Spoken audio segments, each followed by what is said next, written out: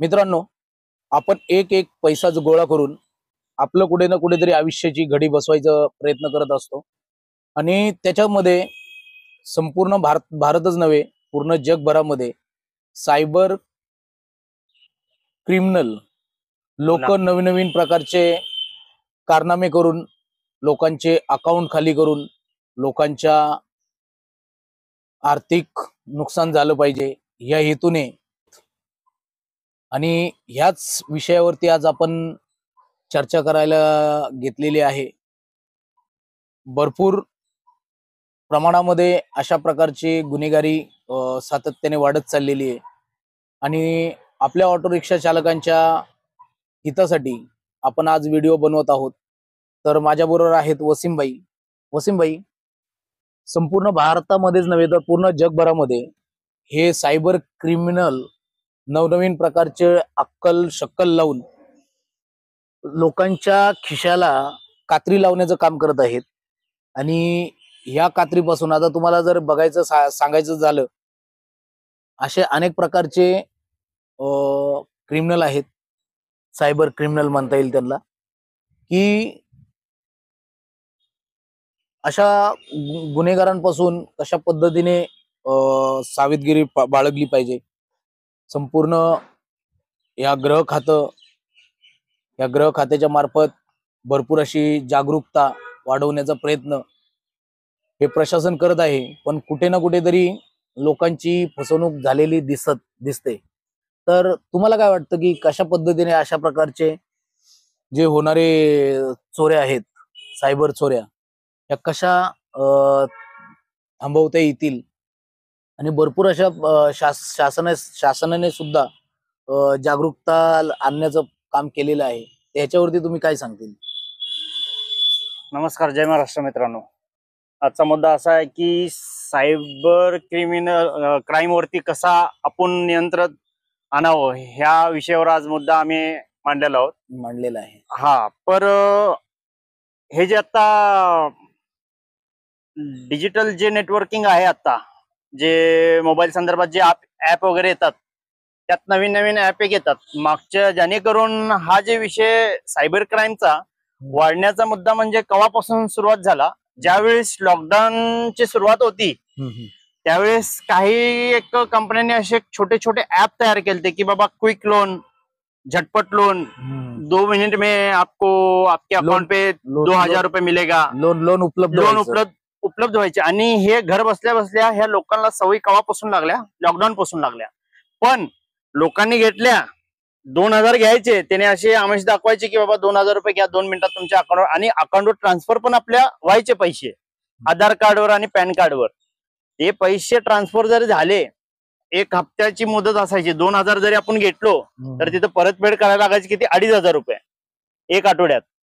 मग असं करत करत हे लोकांना लालच सवय लागली, सवय लागली। 2000 घ्यायचे बाबा, बसल्या बसल्या 8000 रुपये 8 दिवसांनी परत आपण 2500 रुपये भरायचे। पण हे कसं आहे माहितीये का, गव्हर्नमेंटने त्यावेळेस ह्या ऍप वरती दुर्लक्ष केलं, तेव्हा त्याने काय नियंत्रण आणलं नाही त्या ऍप वरती। मग ते वाढत गेलं असं की बाबा आतापर्यंत, आणि हा आता सायबर गुन्ह्याचा प्रकार एवढा वाढलेला आहे, डिजिटल चोरी एवढा वाढलेला आहे, जेणेकरून लोकांना पण वेळ लागून गेला याचा। त्यात आलं ते गेमच्या माध्यमातून एवढे पैसे लावा, तेवढे घ्या, ते म्हणतात तुम्हाला एवढे ट्रान्सफर करा, पहिले एवढे तुम्ही शेअर्स लावा, हे पण हे लोकांना आमिष दाखवून त्यांनी लोकांकडून पैसे कसं काढायचे, आणि लोक पण देतात, एक म्हणजे 100ला 1000 रुपये येतात, हे आमिषनं लोक देऊन टाकतात लगेच। पण लोकांच्या डोक्यात काय असतं की बाबा आपण 100 लावतो, 1000 येतात, पण दुसऱ्यानंतर तुम्ही त्या आमिषानं 1000 रुपये लावा, परत 10000 रुपये देतो, असे ते आमिष दाखवतात। पण ते परत तुम्ही पैसे असे मारत जाताना, सेंड करत जातात त्यांना, पण ते काय उपयोगाचं नाहीये। हे लोकांना चुत्यागिरी। अजून बोलायचं झालं तर तुम्ही बघतात की भरपूर असे गृह विभागाने सुद्धा काही सूचना वगैरे पब्लिक साठी जारी केलेले आहेत।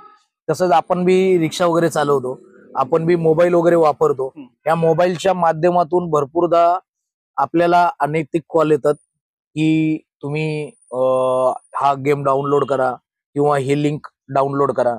तर अशा पद्धतीच्या लिंक वगैरे डाउनलोड कितपत योग्य असं वाटतंय तुम्हाला? माझं तर मत आहे ह्या आमिषला लोकांनी बळी पडू नये आणि जे काही ह्याने आमिष दाखवतात लोकांना की बाबा हे लिंक तुम्ही हा. ओपन करा, डाउनलोड करा, जेणेकरून ह्या लिंक मधून तुम्हाला एवढा बेनिफिट तुम्हाला एवढं बेनिफिट मिळेल, एवढे ह्याचा पैसे काही मिळतील. उपयोग नाहीये.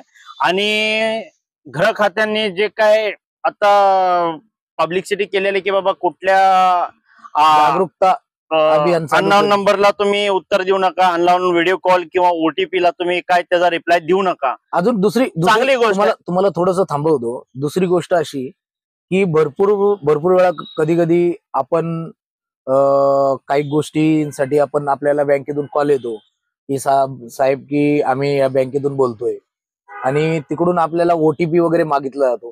हा ओटीपी देणं योग्य असं वाटतं तुम्हाला की प्रतिक्रिया दिली पाहिजे ओटीपी? फार चुकीचं आहे. माझ्या स्वतः सोबत हे प्रकार घडलेले आहेत, जेणेकरून तुम्हाला जे काय बँकचं काम तुम्हाला गरज भासले ते तुम्ही संस्थेत जाऊन त्या शाखेत जाऊन बँकेमध्ये जाऊन तुम्ही ब्रांच मध्ये जाऊन तिथं तुम्ही काय ते त्याची इन्क्वायरी करावी आणि तिथं समक्ष त्यांच्या समोर ओटीपी घ्या आणि त्यांना ओटीपी द्या. पण समक्ष तुम्हाला घरी बसताना कोणत्याही बँकेचा, एसबीआयचा, कोणत्याही बँकेचा असो, तुम्हाला ओटीपी आल्यास ते ओटीपी तुम्ही रिप्लाय देऊ नका.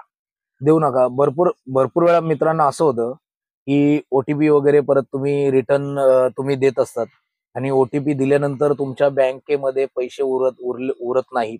कुठेतरी ती सायबर चोरीचा प्रकार आपल्या सोबत घडत असतो आणि अशा प्रकारच्या चोरी होऊ नये त्यासाठी आपण सावधगिरी बाळगली पाहिजे. जसे की कोणत्याही अनोळखी लिंकवरती क्लिक करू नये, कोणत्याही ईमेल वगैरे असेल तर त्याला तुम्ही प्रतिसाद देऊ नये.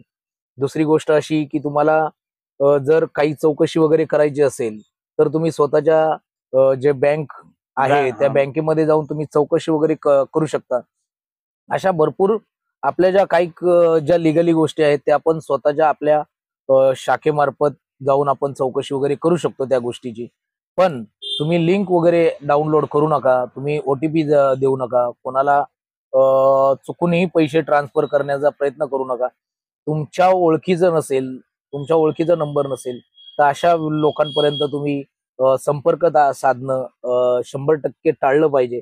आणि आमच्या रिक्षावाल्यांना एवढंच सांगणं आहे की जर तुम्हाला मोबाईल वगैरे चालवता येत नसेल तर कुठेही हलगर्जीपणा करू नका. कोणत्याही लिंक वरती जाऊन क्लिक अजिबात करू नका. कुठे ना कुठेतरी आपल्याला आर्थिक नुकसानाचा सामना करावा लागेल. अशा गोष्टीत आपण दूर राहावं असं माझं एक सजेशन आहे.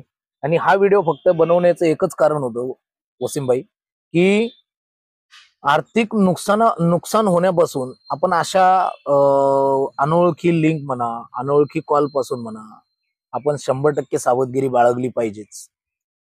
आणि भरपूर वेळा आपल्याला जागरूक करण्याचा प्रयत्न करत असतो आणि कुठे ना कुठेतरी आपण काही ना काहीतरी चुकी करून बसतो. बरोबर. तर अशा गोष्टी घडू नयेत आपल्यासोबत या दुसऱ्या अनोळखी व्यक्तीसोबत या आपल्या भारतातील कोणत्याही व्यक्तीसोबत.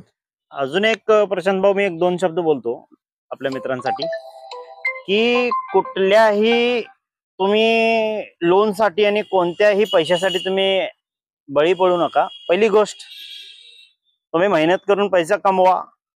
ज्या ऍपद्वारे तुम्हाला पैसे भेटतात त्याच्या आरी जाऊ नका तुम्ही कधीच. हे पैसे तुम्हाला इन फ्युचर मध्ये तुम्हाला नुकसानदायक ठरेल. आणि दुसरी गोष्ट, जेणेकरून तुम्ही छोट्या मोठ्या ऍपद्वारे तुम्ही पैसे घेता असेल, त्याने धमकी देत असेल की बाबा पैसे भरा नाही तर तुमच्या जे काही रिलेटिव्ह मध्ये आहेत त्यांना फोन केले जातील, कॉल्स केले जातील, त्यांना असं मी भरपूर वेळा ऐकलंय. 2 मिनिट तेच सांगतो मी. असं 1 मिनिट, मी भरपूर वेळा ऐकलंय की तुमच्या रिलेटिव्हला फोन करून त्रास दिला जातो आणि अशा टाइमला आपण भरपूर खचून गेल्यासारखं आपण खचून जात असतो. तर त्यासाठी काय उपाय आहेत? नाही, माणूस खचून जात नाही, कारण की माणूस घाबरतो इज्जतीला. ते आपल्या नातेवाईकांमध्ये गेले की बाबा 1000-2000 साठी आपल्या नातेवाईकांना फोन करणार, ह्या भीतीनं माणूस काय करतो, ते 2000च्या ऐवजी तिथे 5000 भरतो. पण तुम्ही ह्या आमिषला बळी पडून. आणि दुसरी गोष्ट म्हणली की त्यांनी तुम्हाला असं भीती दाखवतात की बाबा आम्ही तुमच्या रिलेटिव्हला, तुमच्या मित्रांना, तुमच्या नातेवाईकांना फोन करून असं त्यांच्याकडून आम्ही पैसे वसूल. काही अडचण नाही. मी स्वतः ह्या परिस्थितीमधून मी बाहेर पडलेलो आहे, मला माहित आहे. आणि पोलिसांना पण मी विचारलेलो, तर पोलिसांनी मला स्पष्ट बोललेले त्यांच्या कॉलला तुम्ही रिप्लाय देऊ नका आणि Reply काही देऊ अशा नका. त्यांच्या कॉलला तुम्ही बळी पडू नका. कारण की असे स्वतः डिपार्टमेंटने मला बोलले की बाबा जेणेकरून अशा मॅटर मध्ये एक दमत्याने कमीत कमी 10,000चे 1.5 लाख रुपये भरलेले आहेत. हो 10,000 रुपयाचे त्याने भीतीपोटी 1.5 लाख रुपये भरलेले आहेत. ज्यावेळेस त्यांनी पोलीस स्टेशन मध्ये गेले, पोलिसांनी त्यांना धीर दिला की बाबा तुम्ही हे कॉल स्वीकारू नका आणि कॉल्सला रिप्लाय देऊ नका. आणि त्यांच्या हेल्पलाईन नंबरवरती तुम्ही 100 आपल्या गृह खात्याच्या हेल्पलाईन वरती जे आता हेल्पलाईन जारी केलेले आहेत, तुम्ही त्या हेल्पलाईन वरती तुम्ही कॉल करून तुम्ही त्यांची तक्रार वगैरे नोंदवू शकता. आणि कुठेतरी हा आपण व्हिडिओ काढण्याचा एकच प्रयत्न होता की लोकांपर्यंत चांगल्या मेसेज वगैरे गेला पाहिजे. आणि जर मित्रांनो आता आपण हा व्हिडिओ थांबूया. जर तुम्हाला आवडल्या असतील ह्या आपल्या गोष्टी, तर तुम्ही लाईक, शेअर आणि फॉलो करायला तुम्ही विसरू